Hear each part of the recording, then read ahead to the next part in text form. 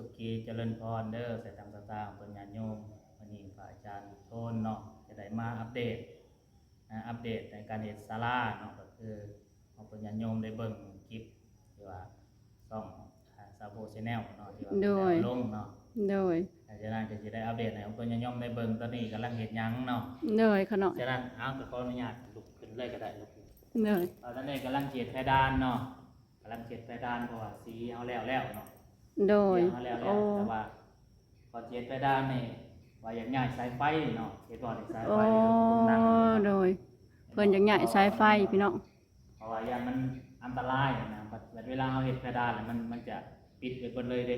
โดยปิดไปเลยมันสิยากว่าอยากย้ายเสามันน่ะบ่ต้องพุดแต่เพราะว่ายังเพราะว่ามีงานมันต่อดนตรีหั่นนะเห็นบ่โดยเฮายังได้ต่ออยู่หั่นเลยโดยมันเป็นสะดวกนะเวลาย้ายไฟสอดไปหยังเห็นบ่เนี่ยตายมากเวลามันสิ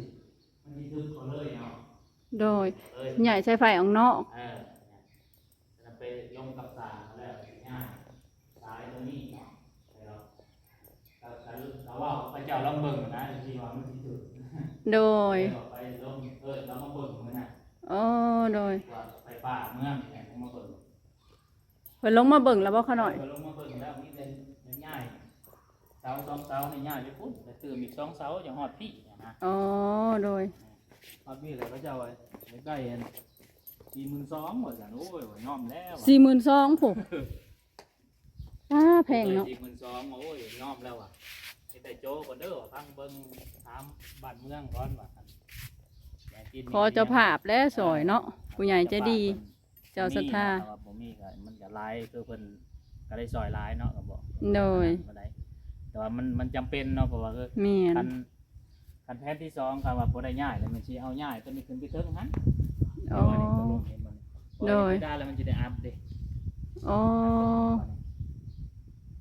ตัวนี้เลยสิย้ายไปพุ่นถ้าว่าเฮาบ่มีงบนะโดยสิย้ายพุ่นว่าเวลาเขาเฮ็ดเพดานนี่จังได้รอบนอกมันก็ต้องมาฮอดนี่อยู่แล้วนะโดยคือการเฮ็ดเพดานเนาะก็ยังขาดหลายเนาะวัสดุก็คือวัสดุซื้อมาแล้วจำนวนนึงเนาะย่อมมาเบิ่งโดยก็หน่อยสร้างยังค่าเวียกเพราะว่าอันช่วงหวานเขาตกกะเนาะพระอาจารย์โดยก็หน่อยน่ะคือเพดานพี่น้องอันนี้มันเพดานรอบนอกโดยอันนี้คือเพดานรอบนอกรอบนอกตัวนอกอะไรรอบในบ้านได้ซื้อรอบในบ้านได้ซื้ออย่างงบก็ยังบ้านได้จะสร้างบ้านได้เฮ็ดเนาะโดยนี่ก็ซื้อมาก่อนให้สร้างเฮ็ดเบิ่งก่อนว่ามันในก็ยังสิเอารอบในมากโดยไว้เพื่อไปทำสภาพก็ได้มีสิใจสร้างก็สิเอาให้เบิ่งในนั่นแหละรายการในสิส่งให้ทาง YouTube โดยคือว่าเรื่องการย้ายสายไฟเนาะคือว่ามาเบื้องต้นแล้วเนาะเพราะว่าตัวนี้นะเพราะว่าแผนต่อไปก็สิได้มั่งอะไรกุฏิหลังนี้ก็กุฏิหลังเก่านี่ก็สิมั่งก็สิได้มั่งแหละเพราะว่ามันก็บ่ได้มีครูบาอาจารย์อยู่โดยว่าสายไฟนี่มันบ่ยากสายไฟว่าตะกี้ว่าสิเอาเน่งไว้นี้เพราะว่าเวลาเฮามีงานเนาะโดยเอาสิมาใส่อยู่นี่ส่วนหลายโดยแม่นเขาก็มาต่ออยู่พี่พระเจ้าว่ารักเสาไฟมันไกลนะพระเจ้าว่าโดยว่าอยู่เขาแจกน้ำล้างน้ำก็มาต่ออยู่พี่แม่นมองต่ออยู่เทิงเห็นบ่โดยมันไกลโพดเนาะพระอาจารย์คันได้มาพี่ก็สิดีอยู่นี่คันย้ายรักเสาไฟนี่ใช้งบประมาณเท่าได้บาทไล่ร่วมเบิดนั่นแหละ40,000นะ42,000เขาเจ้าบิดเสร็จเลยมาว่าวันนี้เขาเจ้าสิตั้งให้เสานึงเสานึงเลยสิเอาย้ายตัวนี้นะไปพุ่นเลยส่วนทางหลังพุ่นเลยแล้วก็ซ้ายพวกนี้สิได้ออกเบิดคันว่าย้ายได้นะโดยก็ว่าเขาเจ้าสิเอาเข้าพุ่นแล้วเอาลงใส่ปักปิดเปิดเลยนะบ่ได้เน่งซ้ายไปบ่สิโดยบ่ได้เน่งซ้ายก็ประมาณใช้งบอยู่ประมาณ1,000 กว่าดอลลาร์เนาะพระอาจารย์เด้อเชิญชวนเจ้าภาพเจ้าศรัทธาสายมูผู้มักทำบุญเพราะว่าเวลามีงานอะไรนี่ว่าเอามาตั้งอยู่นี่แล้วก็จะไม่เน่งสายไฟอยู่พุ่นแหละที ทีมันก็อยากสอดจากยังขนาดเวลา โดย แข่งไปแล้วมันแต่เดี๋ยวเขามานี่นี่เห็นบ่นี่เสาใหญ่ตัวนี้เห็นบ่นี่แต่ก็ อ๋อ สิถอน2 เสาอันมาใส่ตั้งนี้แล้วก็ตั้งนี้ โดย เพราะว่ามันเสา2 เสาน่ะก็เป็นของวัดนั่นแหละเสา อ๋อ 2 เสาโดย เจ้าว่าถอนได้ อ๋อ ถอนได้แล้วเอามาเพิ่มอีก2 เสา โดยขน่อย เสาหนึ่งคันเขาว่าคันเอาคือหน่อยครับเสาละ6,000หมดแล้ว เสาละ6,000 แต่นั่นไล่เบ็ดเสร็จแล้วนะมือนั่นไล่รายการแล้วเขาอยู่ใส่สวิตช์ในบอนี่อันนึง โดย เวลามีงานแหละต่อนี่เลยนะบ่ให้ต่อเอาทั้งอื่นนี่ อ๋อ เขา โด จะ ย ใส่เบเกอร์ให้อันหนึ่งนี่เสาหนึ่งนี่แต่เสานี่นะสิเอาเขานี่เลย โดย ก่อนสิย้ายไฟ เราจะเอาไฟเขานี่เลย อ๋อ เสาหนึ่งไปตั้งหันแต่ก็สิเอาเขาหัน โดย แต่ผมช่วว่าม่างกุฏิหลังนั่นก็สิเขาไปปลุกอยู่ในหันนะ โดย นี่หน่อยยังแล้วก็ดึงไฟเข้าไปมันก็ง่ายหั้นนะ โดย นี่แทน สาธุ เข้ไป ขอ เนาะ ให้เจ้าภาพเจะศรัทธาเพิ่นเขามาสวยเรือวัด อืม บ้านที่สว่างเนาะนำพระอาจารย์โทนถอนมณีวงศ์เด้อพี่น้อง ว่า เอ้ย กันบ่นั่นก็มีแต่แทนคือว่าอะไรก็มีแต่ย้ายกันเทิงเลยก็จำเป็นแล้วกันว่ามัน ง่ายคือเทิงไปพาดใส่หลังคา ย้ายต้นนั้นบ่ย้ายเด็ดต้นนั้นแหละต้นนี้ก็ไว้คือเก่าแล้วทางในก็มาลุงตุ้งนั่งคือเก่านะ มันก็บ่งามแล้วขาหน่อยว่าเนาะ บ่กันก็บ่ได้ว่าบ่งามเวลาเฮ็ดเพดานแหละมันก็บ่เห็นดอกแต่ว่า อ๋อย่ านต่อไปหั่นนะอาจจะบ่ โด ย่าย นมันสอดมันหยังแหละ มันบ่ขาดคือเอาใหญ่ออกมานอก มันบ่คักคือสมมุติว่าเขาย้ายมานี่แหละมัน มันมีเสามีหยังใส่ มันมีเสาใส่ปุ๊บแล้วมันเนี่ยเอาเข้ามานี่แล้วมันดึงลงมาสั่นๆแล้วมันปิดเปิดได้เลยหั่นนะมันบ่เป็นสายไปเป็นสายดำเห็นบ่ โดย สายดำ มันก็บ่ดีเนาะพระอาจารย์ มันเมาบ่ฮู้นะต่อไปมันสิเป็นแบบใดหั่นนะ แม่นโดย สายมันขาดมัน โอ้ ยังบ่ โดย ก็ถือว่าอันนี้ก็เป็นความจำเป็นทางวัดอีกหนึ่งอย่างเด้อพี่น้องเอ้ย เพราะว่ามันเอาว่างพังมันบ่ถึกได้แต่เก่ามันเตามันนะครับว่าตะกี้เฮาก็บ่ได้มีแผนว่าสิย้ายอิหยังนั่นแหละก็เก็บไว้หั่นวันนี้มันเวลามีงานมีหยังแล้วเบิ่งตามความจำเป็นแล้วมันต้องมาพี่เสา โดย พระอาจารย์เพิ่นมาตรวจสอบเบิ่งมันบ่ผ่านว่าสันซะเนาะขาหน่อย บ่ได้เพราะ โด ว่าย ตะกี้ก็ว่าสิเอาขึ้นเทิงอะไรบัดนี้สร้างเขาเจ้าก็มันเอาขึ้นยากก็เลยมาแล้วโน้มันบ่ได้มันอนาคตต่อไปนั่นแหละเอาเบิ่งอนาคตไกลเนาะ โดย เวลาเฮาก็คือแล้วมันก็เบ็ดเสร็จอะไรสีเจออิหยังก็แล้วอะไรก็ยังไปแค่ด้านนั่นแหละคือว่า เพดานกับอันใหญ่ไฟเนาะพระอาจารย์ เชิญเจริญพรเนาะ เด้อ เพิ่นโยมผู้ใดที่ว่าจะร่วมเนาะคนละเล็กคนละน้อยเนาะทางไสก็แล้วแต่เนาะทางประเทศหรือว่าภายในเนาะอยากร่วมโปรโมทนาเนาะก็คือเพิ่นก็ได้ซอยมาเรื่อยๆนั่นแหละแต่ว่าทางอื่นเนาะ โดย ทางใด ข เพิ่น น่อย ก็ว่าเพิ่นมีกำลังศรัทธาซอยได้ก็ดีเนาะเพราะว่าเฮา โดย ง่ายไปอะไรอย่าง มันจำเป็นเนาะพระอาจารย์เนาะ มันจำเป็นเพราะว่ามันก็สะดวกนะเวลามีงานมื้อหน้าเฮาก็ต่อนี่ก็จบเลยนะ โดย เพ ข ราะว่า น่ มั อน ย มันก็สิได้ระยะยาวอะนะ โดย แต่ว่าเอาไว้นี่เวลามีงานเฮาก็สิได้ต่อสายไฟมันพี่ เบิ่งเผื่อตั้งเถื่อสายไฟผัดสั่นกับบ่เทิงเนาะ สายไฟสั่นก็บ่เทิงอีกนะ แม่นขน่อยมันไกล ก็เลยว่าโอ้ยจะเสียดมาได้ว่ามัน เอาเด้อเจ้าภาพเจ้าศรัทธาให้มาสวยให้เด้อพ่อแม่พี่น้องใส่งบอยู่$1,000 ก็ได้แล้วพี่น้องเอ้ย กระดานก็มีแต่คอยเฮ็ดไปก็บ่ได้นั่นแหละบ่สร้างเขาเจ้าก็บ่ได้เร่งนะ โดย สร้างบ้านเฮาก็ใครแน่เพราะว่าเฮาก็บ่มีเงินให้เขากันว่าเขาจะแล้ว โดย ใครในบ้านเฮาก็จะเอาถือคือ โดย ก็จะว่าเห็นใจทางวัดก็จะซอยวัดนั่นแหละว่าซะ เงินก็มีแต่สิผ่อนให้บ่พระอาจารย์ คอยพรให้เขาเจ้าหมายว่าเขาเจ้าเห็นนอนใจและแทกให้นอนนั่นนะ โอ้ เพราะว่า โด เขา ย เจ้าเอาแมทกะเล่ละร้อยแล้วเขาเจ้าเห็นนอนนี่ก็แทกให้ซ้ำเงินนะเขา โด เจ้าย ก็เบิ่งให้ซ้ำเงิน โดย มีอะไรเอาบุญแล้วก็จังให้เขาตัวใดมันเพราะว่าเขาเจ้าก็เขียนบ่ไหวดอกนะ โดยขน่อย แล้วก็ประมาณเดือน12แหละก็สิได้มีงานนั่นแหละมีงานก็สิมีทั้งป้าก็ทั้งลุงสมบูรณ์ทั้งลุงอ่อนพุ่นแหละทั้ง เดือน12บ่ข ป น่อ ระ ย มาณแล้วเขานะ โดย สิเสียเสียบนคุ้มเขาเลยที่เป็นผ้าป่า อ๋อ ผ้าป่า โดย มาแล้วก็คือมันจะได้โตมเบาแล้วแหละมื้อนั้นสมบูรณ์ โดย โอเคก็ยังสิล่มกับไทบ้านเนาะว่าสิพร้อมมือใด โดย จ้ะแล้วเขาแล้วน้ำบ่ละยัง โด ล้น ย เนาะ โดยขน่อย ไม่ได้แต่ว่าข่าวบุญออกเป็นญาติโยมไว้เนาะผู้ใดแต่ว่าอยากรวมพุดคุ้มเขาบ่แหละก็สิมาบ้านแล้วเขาหั่นแหละ โดย แล้วเขา เดี๋ยวเขาแล้วน้ำเนาะขน่อย เขาแล้วน้ำมันแต่ว่าสำหรับอันนี้เป็นผ้าป่าซื่อกัน มันบ่แล้วเฮาก็บ่ทันได้ฉลองก็ดอกก็มีแต่ป่ามาซื่อ อ๋อโดยคันบ่แล้วก็ถือว่าบ่ได้สลองเด้อพ่อแม่พี่น้อง บ่ได้ฉลองบ่ได้12กันกลับมาแล้วก็ยังสิได้ท่าซุมเพิ่นคือเก่านั่นแหละว่าซุมเพิ่นพร้อมมื้อใดหั่นน่ะ โดย มาโอเคกันสมมุติว่า ถ้าเจ้าภาพบ่ขนาด ถ้าเจ้า อ๋อ ภาพก็สม โด มุ ย ติว่าเพิ่นว่าโอเคกลับมาแล้วเพิ่นอยากเสริมต่อคือเฮ็ดเททางเทหยังก็แล้วแต่เพิ่นนั่นนะกันว่า อ๋อ เพิ่นสิเฮ็ด โดย กันว่าเพิ่นว่าโอเคฉลองก็ฉลองเนาะครับแล้วแต่ศรัทธาเพิ่น ต้องถามศรัทธาเจ้าภาพเพิ่นซะก่อนบ่ขนาด เพิ่น โดย เพิ่นว่าโอเคนะได้มาแล้วฉลองก็เอาแต่เพิ่นสะดวกเนาะ โดย เฮ็ดไปเรื่อย โดยขนาด ๆเดี๋ยวเพิ่นจะยอมเห็นนี่แหละมันก็ไปเรื่อยๆครับประมาณจักปีแล้วเฮาเฮ็ดไปประมาณ4-5 ปีเนาะ โดย แต่ก็สิได้ท่าใหม่ให้บ่สีนะอยู่เทิง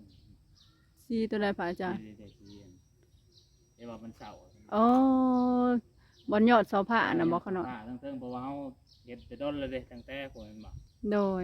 อ๋อเพิ่นสิทาสีใหม่พี่น้อง สีใหม่ก็ยามตกแรงบ่แล้วก็ฟังเบิ่งเพราะว่า แต่งให้มัน ใส่สีมันบ่ดีนะ อ๋อ แต่ว่าคือมาเฮ็ดพวกนี้นะมันบ่ป้องแบบ1,000-2,000หรือมันถ้าสีรุ่นดีมันอยู่ดน โดย สีรุ่นบ่ดีในนั้นแหละมัน อยากจืดไว้เนาะขนาด เห็บ่ โดย แต่ว่าคือสีค้ำน่ะรุ่นดีได้เห็นบ่ โดย ค้ำนี่ยังบ่ตกนะสีค้ำแต่ว่าสีแดงนี่มันว่าเป็นมันยอดฟ้านี่ก็2-3 ปีแล้วเนาะ โดย วันนั้นเนาะอันนี้ก็เป็นเจ้าเพิ่นยังย่อมเบิ่งคือศาลานี่ก็ชาวครูบาอาจารย์เพิ่นได้เฮ็ดและอัดหางนกนี่นะ พระอาจารย์เฮ็ดลงมือเฮ็ดเอง นี่แหละครับอัน แต่เพิ่นบ่เพิ่นอัปเดตให้เบิ่งเนาะเพิ่นบ่ได้ให้ชะโบลงมาถ่ายคลิปพี่น้อง ถ่ายคลิปเฮ็ดเองพวกนี้อยู่ได้ สาธุนำพระอาจารย์ เฮ็ดประมาณ2-3 องค์แล้วก็อัดอันนั้นซื่อๆเอาเวลากันเฮาเฮ็ดไปด้านเขาบ่อัพเนี่ยเอายันนกเขาไปเห็นหั่งเลยนะ โดยแม่นเลย แต่ด้านเอาสิมุนอีก แม่นก็เลยจิกเอาปูนขึ้นไปจิก ตัวไรก็มีแต่ไปด้านนั่นแหละเนี่ยแต่ว่าคันว่าตัวนี้ไว้บ่ได้ง่ายกะบัดมีเฮามีงบจะง่ายก็ได้ไฟนั่นหมาย โด ว่าย เอาเฮ็ดไปด้านไปก่อนกันแต่ให้เขาเจ้าหม่นเขาไปง่ายนั่นแหละ อ๋อ มันต้องได้หม่นเข้าไป ต้องลื้อเพดานออกแล้วก็เข้าไป แม่นครับเพราะว่าสิได้เฮ็ดเป็นปล่องไว้เด้ ก็คือได้งบตอนใดเฮ็ดตอนนั้น นั่นแหละครับ โดย ตอน ข ใด นาด เฮ็ดตอนนั้นเราก็บ่ได้ว่านั่นดอกแต่ว่าเพิ่นเราสมมุติเฮ็ดไปด้านแล้วกันเพิ่นมีงบก็แต่ว่าถึงว่าบ่มีงบก็ถ้าว่าไทบ้านมีงบเฮ็ดบุญเฮ็ดหยังก็สิได้ง่ายนั่นแหละ โดย อันใดก็ต้องได้ง่าย แนวใดก็ต้องได้ย้ายเนาะ มัน พระอาจารย์ มันจำเป็นนะครับ โดย แต่ว่า ขนาด แต่ว่าสภาพสภาพมันก็แต่ว่าไทบ้านสิระดมกันแล้วก็ยังก็แหละตกแรง โดย คันว่าไปด้านเฮาแล้วไปทำได้จำหนึ่งอะไรล่ะอันนั้นมีงบมากก็ง่ายเลยเพราะว่าเขาเมื่อได้ก็ได้เพราะว่าเพิ่นเขาจะเอามาประเมินเรียบร้อยแล้ว โอ้โดย ประ โด เมิ ย นมาเพราะว่า อันนี้ก็คิดว่าสิถามเขาเจ้าเบิ่งซื้อก็คิดว่ามันสิบ่แพงนะครับ บ่ธรรมดาเนาะพระอาจารย์ใหญ่ไฟนี่กัน บ่แล้วก็โอ้แพงอีหลีว่ะ 3-4 ถ้า หมื่น เอาเสามาเฮ็ดไว้โตดมันบ่ได้ผิดเขาอีกบัดนี้คือว่าเฮาสิเอาเสามันก็เป็นของหลัดเด้ โดย เป็นมันต้องพวกไฟฟ้าพวกอันนั้นเข้ามาต่างหาก โอ้โดย คือเอาใส่ดึงไปเนี่ยมันพิษได้ก็อย่าพิษคนไม้ได้ไฟยาวๆไปมันเขา อ๋อ เห็นมันเกิดยังเกินเขาบ่พิดชอบนะ อ๋อ คืออย่างที่ โดย เขาดึงไว้เนี่ยมันเนี่ยเขาบ่เกี่ยวแล้วครับเพราะว่าเขา ดึงไปเอง เขา บ่มีเสา แม่นะครับมันบ่มีเสาเดี๋ยวแล้วเฮากับ อ๋อ เขาบอกเขาอยู่แต่ว่ามันบ่ได้มีเสาเด็กเขาเจ้าว่ามันเวลามันเป็นอยังมากอ่ะรับผิดชอบเองเขา มันอันตรายว่าซั่นซะเนาะพระอาจารย์ มันได้บ่มัน เพราะว่า ดึงไปแบบนั้น มาเอาเสาศาลาเฮ็ดเป็นเสาไฟ เฮ็ดเสาไฟไปเลยอะนะ มันก็บ่ดี ปก เนาะ ติคันเฮาเอาลงปุ๊บแล้วเฮาต้องเอาเขาไปเกอเลยอะนะ โดย เฮ็ดบ่คืออยู่กันเฮาลงปุ๊บแล้วเขาไปเกอแล้วเฮาบ่ต้องเม่งไปประชันอะนะ โดยขน่อย แต่อันนี่ว่าเฮาสิเอาลงใส่ไปเกอมันก็ใส่บ่ได้เพราะว่ามันบ่มีแนวบังเฮาต้องได้ไปใส่อยู่พุ่น โดยโอ้ ถ้าสมมุติว่าเฮาอ้อมมาทางพุ่นปุ๊บเอาลงพุ่นแล้วก็ลงปุ๊บเลยแล้วก็แล้วเฮาก็บ่ได้ใส่สายดำดึงมาสิ โดย ดึงสายไฟมาซื่อๆสายดอกไฟดอกหยังมันก็บ่ปานใด โดย เพ ข ราะ น่ ไฟ อย มันบ่แห้งสูงตัวนี้นะ แม่ ตัวไฟตัวนี้มันไฟแห้งได้ไฟตัวนี้ ไฟแห้งสูงไผว่าดึงเข้ามาเฮ็ดในหัวแจกเลย ในอันศาลาเลย โอ้ โอ้ คิดแล้ว นี่คือความจำเป็นเด้อพี่น้องเด้ออย่าลืมเข้ามาซอยเด้อพี่น้องมา เจ้านายมันเกิดนั่นได้ขึ้นมาเพราะว่าสลามมูลค่าบ่ได้ บ่คุ้มเด้อเนาะพระอาจารย์แม่น บ่ มันเสี่ยงเนาะ เสี่ยง โดย เว ข ลา นาด ใส่ไฟด้านไปยังมันรับใหม่ไฟด้านไปยังมันรับหลาบไปแล้วได้มัน โดย ไฟช็อตมัน อ๋อ บ่คือแนวอื่นแหละ อย่าลืมเข้ามาซอยเด้อพี่น้องเด้อนี่คือขอจำเป็นทางวัดได้อพี่น้องเอ้ย ถ้าเพิ่นจะเอาคนพ่อ โดยขนาด ครับจะได้กับ บ่ซอยต้นนี้ก็อันนั้นก็ต้นใดก็ได้เนาะ ตอน ที่ ใด พร้อม ก็ได้เนาะแต่เพิ่นพร้อมหมายซะ โดย เอากับบ่ได้อันนั้นดอกแต่ว่าก็สร้างสิเฮ็ดรอบนอกแล้วก็ต้องเติบอยู่ดอก โดยขนาด ก็สิเฮ็ดรอบในแล้วก็เฮ็ดทางนี้ก่อนกับยันพุ่นแหละประมาณตกแรงคันว่าอันถ้าว่าบ่ยังบ่มีสตาร์ก็เวลาเฮ็ดบุญเฮ็ดหยังก็พุ่นแหละ ได้เงินแล้วก็จะเอามาเฮ็ดคือเก่า สิได้ให้สร้างก็มาเฮ็ดคือ โด เก่าย ขนาด ต้องได้เฮ็ดเนาะ โดย อันนี้มันอัปเดตเบื้องต้นหน่อยซะ โดย มีแต่จะมีกากันว่าสลองแล้วอิหยังก็สิได้สลองก็ยังพังเบิ่ง โดยขนาด สุดใดแต่ว่าตัวนี้แม่นตัวเฮ็ดเพดานนี่แม่นก็บ่ได้เร่งรัดดอกเพราะว่าเนี่ยได้ก็ช่วงนี้ไทบ้านก็ลงไห้ลงหน้าเนาะ โดย ก็บ่ได้ว่าเร่งอีหยังดอกก็มีแต่ตัวนี้ก็ให้ไทบ้านสร้างไทบ้านก็จะเอาค่อยเฮ็ดไปแต่ว่าทางบ้านเฮาก็แค่นำ โดย ทางใดมีมาตื่นก็ เวลาวันศีลวันพระกับแพรโดย เห็นเจริญพรมาอบรมโมทนาเอานำกันได้ เชิญมาต่อยอดต่อล่ำเนาะ ตมรยกรที่ส่งให้แล้ว โดย งบประมาณก็เกือบแสนบ่ได้แสน โอ้ ปลายเบิด อันเพดานนี่บอกขนาด แม่นและรวมเบิดเพดาน โอ้ รอบนอกรอบใน เครื่องขาสร้าง รวมทั้งค่าสร้างอะไรอย่าง โดย แต่ว่ามันรายคร่าวๆซื่อแต่ว่ากันตัวจริงแท้ก็ยันกายพอเวลาเอาอันนี้ประเมินคร่าวๆ อ๋อ เอามีวิชาการอิหยังมีแต่ว่ากาเอา ประเมิน แต่ว่ายังสิจำได้นะยังบ่ฮู้แท้เนาะพ คื ระ อ อา จ จารย์ ริงๆแล้วคือสีคือหยังนี่แหละเวลาเฮาคือสีนี่ก็บ่ได้ตึกได้เฮ็ดแล้วนะเพิ่นเกือบมันฮอด 90,000หมดเลย ป้า เพิ่นสร้างเพิ่นหยังนี่มันบ่ได้ตึก เกือบแสนพุ่นเนาะพระอาจารย์ มันบ่ได้ตึกเลย ป้าแพงอลิอีหลอพี่น้องเอ้ย สีเอาสีปองละ 2,000เอาเก็บเบิ่งว่าสีนี่ปองนี่ปองบัดนี้ปองน้อยๆเด้บ่ได้ปองใหญ่เด้ โดย สีคุณภาพบ่ได้ปองนี่นะ บ่ธรรมดา เราเฮ็ดให้มันคุณภาพเพราะว่าศาลา สิได้อยู่หึงๆเนาะพระอาจารย์ อยู่เงินอะไรอย่างอยากให้บ้านได้ใส่หลายๆนะหลายปีกันจ้ะ โดย เฮากับมาตรฐานแล้วบ้านเฮาไปใส่หลายปีก็ยังดีนะเพื่อสิได้มากหรือว่าได้สร้างใหม่ก็อยากให้มันอยู่ได้หลายปีเป็นสีเป็นหยัง โดยสาธุ ลิงลายพวกนี้พวกที่เฮ็ดมันก็ยาก โดยขนาด มันคือคนธรรมดาเฮาก็เฮ็ดบ่เป็นพวกนี้มันแบบ ต้องจ้างสร้างเนาะผู้คนเป็น มันเป็นงานละ บุญ เอียด นำเนาะสร้างต้นญาติโยมแต่ว่าซอยมาเรื่อยๆเรื่อยๆเนาะ โดย ตั้งแต่เริ่มต้นเลยเนาะ โดย ก็ให้ได้ผลได้กุศลหลายๆก็ขอสมทั้งป้าเนาะทั้งป้าวิไลทั้งลุงเนาะ โดย ใส่บุญทั้งนั้นเนาะก็ระดมแล้วก็ทั้งสุขสมบูรณ์ยังหมู่เพื่อนเพิ่นนั่นแหละเนาะ โดยทีมงานเพิ่นเนาะ งานเพิ่นก็จ้าเพิ่นก็ได้ซอยหลายเนาะทั้งโรงเรียนโรงหมออิหยังเพิ่นก็ได้ขายว่าซะ โดย ทั้งวัดก็ได้ซอยเนาะ โดยขนาด ถือว่าเป็นบุญบ้านเฮาเนาะ โดย เพิ่นได้ก็แต่ว่าอนุโมทนาบุญนำเพิ่นเนาะสร้างบุญสร้างกุศล โดย ทางนี้เนาะ โดยขนาด แต่จุดนี้ก็บ่มีหยังหลายเนาะก็สิได้เอาใจให้พรของเพิ่นญาติโยมเนาะคนทุกท่านรับชมรับฟังคลิปนี้เนาะให้มีแต่ความสุขความเจริญพัฒนาสิ่งใดก็ขอให้ได้สมความมุ่งมั่นพัฒนาทุกคนทุกท่านโดยเถิด สาธุสมบูรณ์ก็จะได้ขอจบคลิปอำลาพาจากพ่อแม่พี่น้องลงเพียงเท่านี้เด้อในวัดเฮาก็มีเพิ่นนี่แหละพี่น้องที่พาสางพาเฮ็ดพาลูกญาติโยมบ้านเมืองเฮ็ดเนาะพี่น้องเพิ่นเป็นองค์แรกและที่สร้างศาลาวัดศรีสว่างพี่น้องเอ้ยเพิ่นเป็น